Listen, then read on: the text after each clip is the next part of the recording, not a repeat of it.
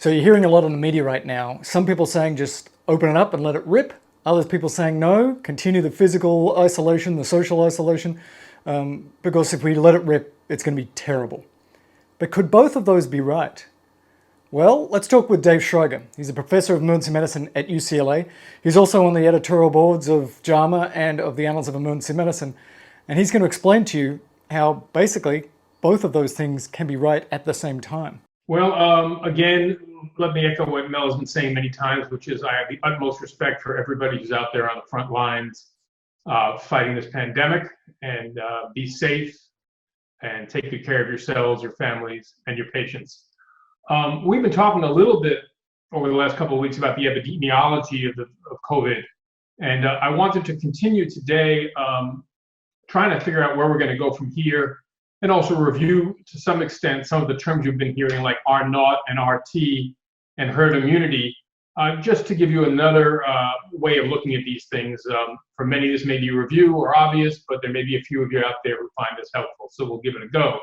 So first of all, this slide depicts 100 people who are vulnerable to getting COVID and one person who currently has it. What does this term R0 mean? The term R0 is specific to a certain environment, a place and a time even, and says, left to its own devices, how many people will get infected from this one person? So of all these people that this person contacts, how many of them will get infected? That's all R0 means. Recognize that R0 could differ from environment to environment based on how densely populated an environment is, and other environmental factors that we don't fully know about yet, temperature, humidity, all kinds of other things. So that's what R0 means. And as an example, here's an R0 of 10. Over the course of this person's disease, they're going to infect 10 people, represented by the 10 dots here. If that happens, the number of cases will increase linearly on a logarithmic scale. And this makes sense if you think about it. The first person infects 10 people. Each of these infects 10 people, so that's 10 times 10 is 100. Then those 100 people each infect 10 people, that's 1,000. And over this time period, whatever that transmission cycle is for this particular disease, we go up like that. If, however, we have an R0 of 2, this one person only infects 2 people. And consequently, the slope, again, on a logarithmic curve is much lower.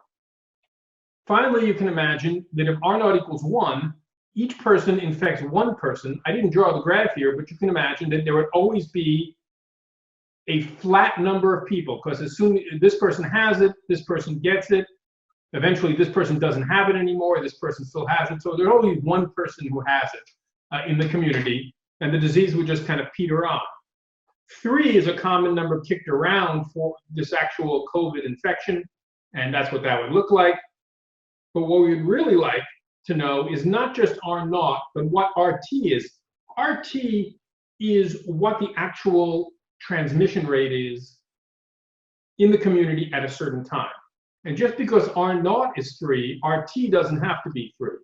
For example, imagine we do something which is the opposite of social distancing. We make everyone go to political rallies every day, which brings this infected person in much more contact with all the other people. And therefore, instead of infecting 3 people, this person infects this many people. And obviously, RT is much higher than R0 because in fact, you've done social concentrating. Alternatively, you could do things like a 6-foot rule or a mask, which would decrease this person's transmission. And even though the R0 is 3, in the presence of these things, R0 becomes 2. Ideally, for healthcare workers like ourselves, good PPE practices would set up a barrier that gets RT to be 0, even though R0 is 3, and that no healthcare workers get infected. And clearly that is our goal, not currently an achievable one, but hopefully something we can move towards with better training, better availability of PPE, and less of a surge condition. If we try stay at home, what does that effectively do? It decreases the number of people that this person is exposed to. So instead of being exposed to, say, 100 people in their normal life, they're only exposed here to 30, and instead of 3 people out of that 100 getting it, 1 gets it. if we combine all these things, the six-foot rule, the mask, the stay at home, hopefully we could drive RT to less than 1. When RT is less than 1, each person is giving it to less than 1 person on average, and therefore over time the disease should disappear. And depending on how much lower than it is in 1, it dictates how long it takes for the disease to disappear. So all of these types of techniques can take a disease that has an inherent R naught of 3 and drive it below 1. So if we want to get rid of this epidemic, one way to do it is by techniques that decrease RT below R naught. The other possibility is that R naught actually might change. So imagine that miraculously, as summer approaches, as happens for many other diseases like the flu, R naught changes. Well, obviously R naught dropping down to 1 with the other social distancing things in place would drop RT to less than 1, and we would see the disease decline in the population. But let's now start off with an R naught of 3. And let's assume now that we've been through this first cycle, the surge is over, the biology of the disease hasn't changed, R naught is still 3. What happens next? Well, if miraculously everybody already had the disease and everybody was immune, and that could be by everyone getting it or by a vaccine, which we don't yet have, R naught could still be 3, but RT would be 0 in this case. If, on the other hand, we imagine that 20% are immune, a number that's been kicked around as a high-end estimate in New York, well, these 20 people are immune, that kind of takes them out of it. But even with an R naught of 3, you're going to still have, just by the mathematics of this, assuming that everyone who's susceptible is equally likely to get infected, you're still going to have an RT of 2.x, and the disease will continue to grow in the community. And these numbers, of course, this is what forecasters spend their lives doing, is trying to figure out what that X is. For our purposes, just recognize it. With this many people out, you still have transmission, which is above the magic number of 1, and the disease will continue to grow. And imagine that in places not like New York, most of the rest of the country, this isn't anywhere near 20%. It's more like, a couple percent, so that there are only 5 or 6 green dots, and the rest of these are all white. We're basically right back where we started from. So what do we do at this point? So what do we do? There are 2 main arguments that are in the mainstream media and out there. The first is COVID-19 is serious. We need to maintain social distancing to avoid overburdening the healthcare system and all the consequences of that. Outcomes that are worse than they would be normally. Healthcare workers who become ill, lack of healthcare workers, therefore, etc. The other argument that's out, and this argument, many people, Dr. Fauci, etc., have espoused this argument. The second argument, however, is that while COVID-19 is serious, it is not that much more serious than a bad flu season. More lives will be lost from the economic and behavioral consequences of social distancing than from the disease itself. Now, of course, there are people who, under any number of different political theories, believe that social distancing represents a form of coercion, which is not appropriate for the government to do.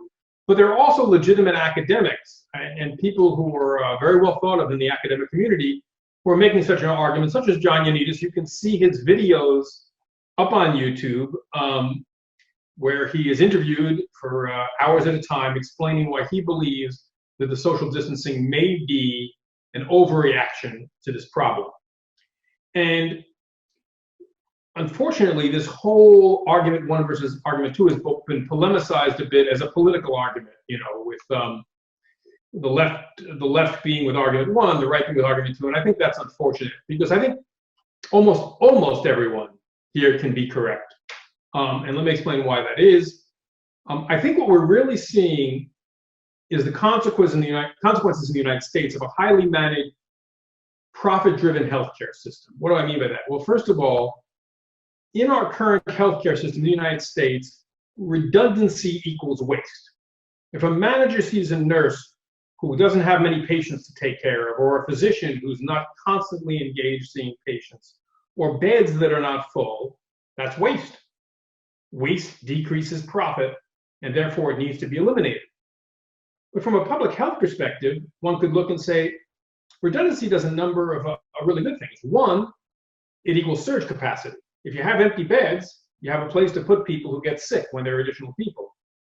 Others would say redundancy actually is a good thing in society because hospitals and healthcare are unique employers in most communities, in that almost every community has healthcare and therefore a source of employment. And secondly, hospitals offer lots of jobs for people who may not be able to compete in the modern high-tech environment. People who work in the kitchen, people who transport patients, people who clean the place. All of these are jobs which our society needs, and having some redundancy there is not a bad thing for the economics of a community and the well-being of that community, as employed people generally fare better than unemployed people. But in any case, two visions of what redundancy means. And consequently, the capacity and also the distribution of that capacity, meaning where are the beds? Interestingly, in New York City, some of the places that most need beds have less beds, and some of the places that least need beds have more beds. That's a function of the marketplace putting beds where profit is to be made, as opposed to any type of systematic planning where you place beds and personnel over the long haul where they're likely to be needed. So as a consequence of this, we do not have the surge capacity or the appropriate distribution to handle a disease that's worse than the flu, even if it's only mildly worse than the flu. So the argument two people may be right. It's only mildly worse than the flu. But the argument one people are also correct, because our healthcare system is designed in a way that we can't handle much of a surge at all. So let's look at Sweden. Sweden's one of the few modern countries who've chosen to leave their economy open. They closed graduate education, college, things like that, but they left the schools open, they left most stores open. And yet their healthcare system is not overburdened because their healthcare system is designed to have redundancy, and the beds are where they're needed. They're not where the market forces have placed them. And we'll know in a week or two if they really have achieved herd immunity or not. That's the pros. The cons are that their death rate is tenfold higher compared to other Scandinavian countries per capita. That's right now. But if they have in fact achieved herd immunity, so that most of the people who are going to die from this in Sweden have already died, they may just be ahead of the curve, because in the other countries, they have not achieved herd immunity. They only have a couple of percentage of people who are immune. And unless a vaccine comes along soon, they will go through additional cycles, and they may go through enough cycles to achieve the same death rates that Sweden had, just over a much longer period of time, and with all the negative economic consequences of having been closed so long. So what do we do? In the short term, it would be nice to have the Swedish option, but we don't. We simply do not have the human or physical capacity to handle the wave of illness that would occur should we open things up as they are currently. So we're going to have to do this with cautious reopening in cycles and strategic reopening. But even before we do that, we have to have a massive investment in the public health department surveillance capacities, emphasizing low SES communities, because they are the most vulnerable and the least capable of isolation. So that's where we really need to have amazing surveillance to detect cases and isolate them and protect others. In the long term, I think we really need to rethink our current organization of healthcare, both the public health aspect of it and the hospital care aspect of it, to find something that better prepares us for the inevitable future pandemics that we'll experience and generally best serves the public. So, Schriger, tell me what the world looks like if the worst case scenario is there. A worst case scenario where a vaccine doesn't come for a very long time, immunity is not perfect. What does this look like? Well, it certainly is concerning. Without incredibly, there are a couple things you left out, which is, do we have a rapid test which is highly sensitive and relatively specific?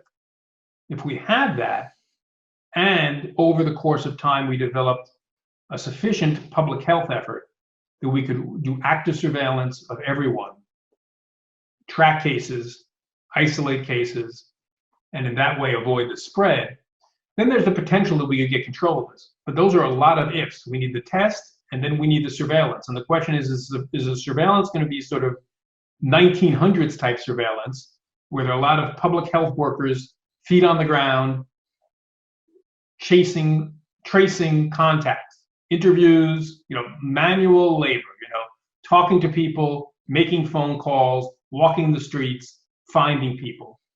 Or is it going to look something like a 21st century kind of techno state with all the good things and bad things about that, where we're doing electronic surveillance and figuring out electronically who's had contact with whom? Of course, the latter comes with a great potential for removing civil liberties. Would Americans be comfortable getting a phone call saying, this is your government, you just were in a store where someone had COVID, within 30 minutes of your being there, we need you to isolate? And then they would tell you which store, and you would say, how dare you know what store I'm in? Some people would say, thank you, I'm grateful, I'm glad that you told me that. Others would have a very hard time with it, and would also ask the question, well, maybe it's fine in this specific instance, but how do I have any guarantee that this is the only purpose it's being used for? And we're moving into some, brave new world police state with surveillance. So we're going to have to wrestle with all those issues if an easy solution doesn't come to this. The other reason to flatten the curve is, as you've said, is here in the United States, we don't have enough personal protective equipment for our frontline workers. If you just open up your state or the country, you're going to put the people on the front line at an enormous risk. They're going to run out of the stuff that they need, and they're going to have a very high infectivity rate, and you're going to kill a whole bunch of them. And I would expect that many of them won't come to work. I think that becomes a really, really interesting question, which I've had to deal with myself to some extent. I'm 61 years old, and I'm thinking, if things stay this way, if the joy of talking to patients without full PPE on is lost, does the quality of the work at this point warrant my placing myself at risk? Now, fortunately in LA, it hasn't been that bad, so that it hasn't come to that yet. But if we were at the point where it really was like New York, what would I do? I'm still wrestling with that. It was much easier, I think, in previous eras, where the physician felt like this was their obligation, this is what they trained for, and they had a moral obligation, and they felt good about carrying out that obligation. Here, where it's perceived that they're being asked to do things without proper equipment, not because they didn't prepare adequately, but because bureaucratic decisions were made, which leaves them vulnerable, it has a different mindset. If I fail to prepare myself, that's a failing of my own, and then I have to live by the consequences of that. But if the failing is due to the government or bureaucracy or whatever, what is my obligation in that environment? I don't know the answer to that question, but I'm sure certain people are going to say, you don't give me proper PPE, I'm not going in there. And that doesn't sound like an unreasonable response to me from one perspective. I don't think it's unreasonable because, unlike walking down the street, there are some procedures that docs and nurses are asked to do that are very high risk, or at least we believe they're very high risk. And without proper equipment, they're going to get infected, and 1% of those people are going to get very sick. Some of them are going to die. So I don't think that's unreasonable. There's opportunities here, though, from what you've said on an up note. There's a potential for hiring a lot of people, and there's going to be a lot of unemployed people, so we could get them trained up, and they could be doing this contact tracing. And there's also the manufacturing opportunity for PPE, for these things, which I think is the best thing I've seen, is called a kappa. It's like a bicycle helmet. It has a shield, has a HEPA filter and a battery, and it sucks in the air, it cleans it, and it gives you positive pressure. You can see everything. I got trained on it last week. And you don't feel like you're, got an N95 mask and you can't see the patient. There's an opportunity there to create millions of those. So in every terrible situation, there is opportunities. That is absolutely correct. And I think many people would also say that if we can get through this and we can fix the economy, we can fix it in a way that will make the quality of life better from some of the lessons we've learned from this, and potentially kind of realign, if this is Mother Nature kind of rattling her saber and saying, you're heading down a bad path, maybe out of all this, once we get through the initial difficulties, we can figure out a way to organize society so that we are less in danger of pandemics, doing a better job in terms of maintaining the environment and improving our quality of life.